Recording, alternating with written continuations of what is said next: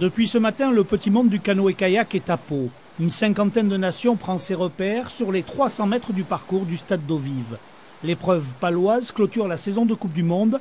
Les kayakistes arrivent de COD-Urgel où avait lieu la manche espagnole. Pau sera pendant 3 ans au calendrier international avec en point d'orgue les championnats du monde 2017. Je crois que c'est la première fois que la Fédération internationale de canoë attribue à un même site 3 épreuves consécutives de niveau mondial. Donc ça montre qu'aujourd'hui on est vraiment une référence au niveau international. Les gens savent qu'ici on organise correctement, qu'on va bien valoriser les athlètes. 350 compétiteurs sur l'eau dès aujourd'hui pour les entraînements. La compétition démarre vendredi matin.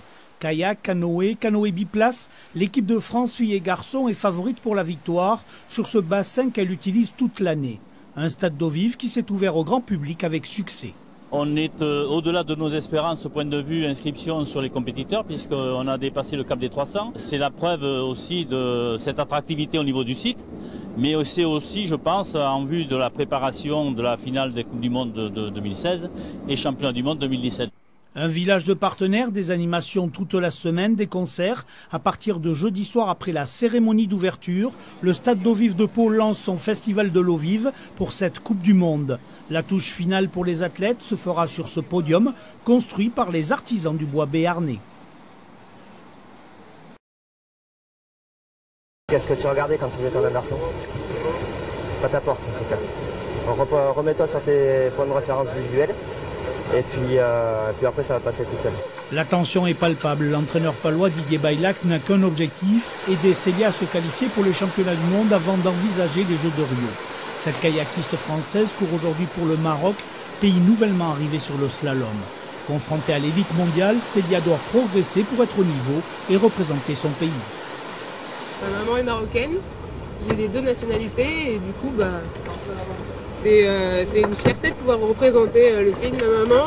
Mon objectif, c'est juste de naviguer comme je sais naviguer, prendre un grand plaisir et me préparer au mieux pour les championnats du monde en septembre à Londres. Ancien champion de France, Didier Baillac est aujourd'hui un coach reconnu. Il suit 8 athlètes sur cette Coupe du Monde et notamment la tricolore Marie-Zélia Lafont. Ces autres kayakistes sont de nouveaux pays. Pour eux, la technique française est une référence. L'objectif là, cette année, c'est quand même la sélection pour les Jeux Olympiques. Donc j'ai une Marocaine qui se bat pour ça, j'ai un Turc qui se bat pour ça. Les Français qui se battent pour intégrer l'équipe olympique française. Là, j'ai 2 Suédois qui sont là aussi pour ça, pour essayer de décrocher un quota au championnat du monde. Et c'est le challenge de l'année, quoi. Enzo, le franc-comtois, navigue lui pour la Turquie, le pays de son père. Une opportunité d'atteindre le haut niveau pour ce jeune kayakiste.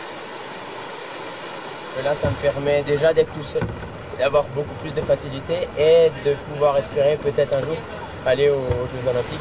La journée clé pour ces nouvelles nations du kayak, c'est vendredi avec les qualifications pour les demi-finales. Seuls les 30 premiers sont retenus.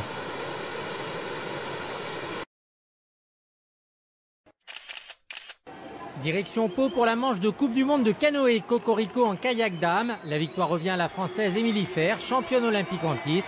Derrière elle, l'Australienne Fox. La France décroche 5 médailles au total.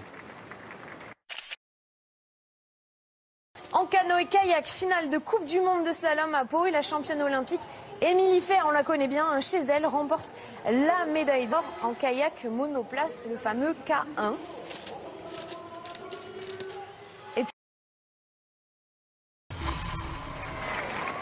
Émilie Fer remporte l'or. Pourtant 10e à l'issue des qualifications hier, la championne olympique de Londres en 2012 réussit à inverser la tendance. Poussée par le public palois, la Française remporte la finale de la Coupe du Monde de kayak monoplace. De bon augure à 1 mois jour pour jour des championnats du monde à Londres.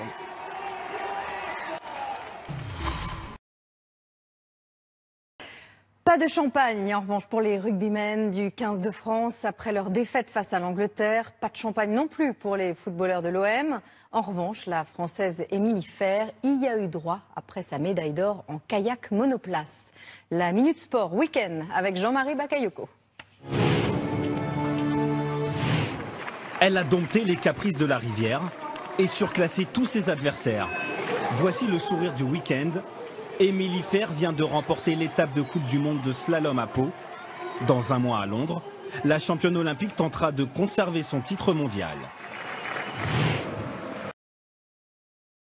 Un peu de sport d'eau vive à présent. On va parler canoë-kayak. 2 médailles d'or, 1 en argent et 2 en bronze. À quelques semaines des mondiaux de Londres, eux-mêmes décisifs pour les Jeux Olympiques de Rio. L'équipe de France de canoë-kayak a brillé ce week-end à Pau à l'occasion d'une manche de la Coupe du Monde. Le tout sous les yeux de notre correspondant Nicolas Forestier.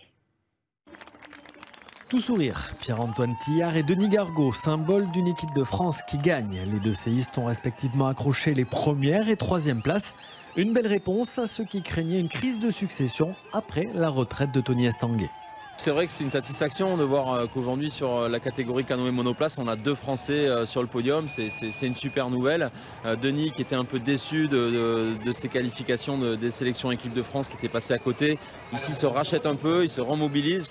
Et puis Pierre-Antoine s'il fait sa première victoire en Coupe du Monde. C'est pas rien. Je pense que petit à petit, l'empreinte Estanguet, elle est en train d'être oubliée et c'est bien. Si en kayak homme, le champion du monde Boris Neveu a déçu en loupant sa demi-finale, Émilie Fer, elle, a dominé l'épreuve chez les femmes. Un retour en force au bon moment pour la championne olympique. Une victoire à la maison devant le public français, c'est top. Dernière course avant les championnats du monde aussi, ça met un petit boost. Et je sais que Londres, c'est un peu le même style de bassin où il ne faudra rien lâcher jusqu'au bout et je pourrais m'appuyer sur cette manche. En canoë biplace, les Français se sont également montrés à leur avantage. Sur le podium, la doublette Prigent Kervella termine 3e d'une épreuve dominée par Mathieu Pech et Gauthier Claus, qui s'adjuge aussi la Coupe du Monde 2015. C'est vraiment un bilan satisfaisant sur tout le long de la saison, parce que c'est un objectif qu'on s'était mis, qu'on s'était posé, donc c'est vraiment bien de le concrétiser. Et après, ça y est, là maintenant, la course là, elle est finie. Maintenant, on se tourne pour Londres, pour aller décrocher le titre à Londres. Déjà tournée vers les mondiaux, l'équipe de France de canoë-kayak n'aura qu'une idée en tête. Montrer que les promesses de Pau seront encore en vogue de l'autre côté de la Manche. Début des championnats du monde le 16 septembre à Londres.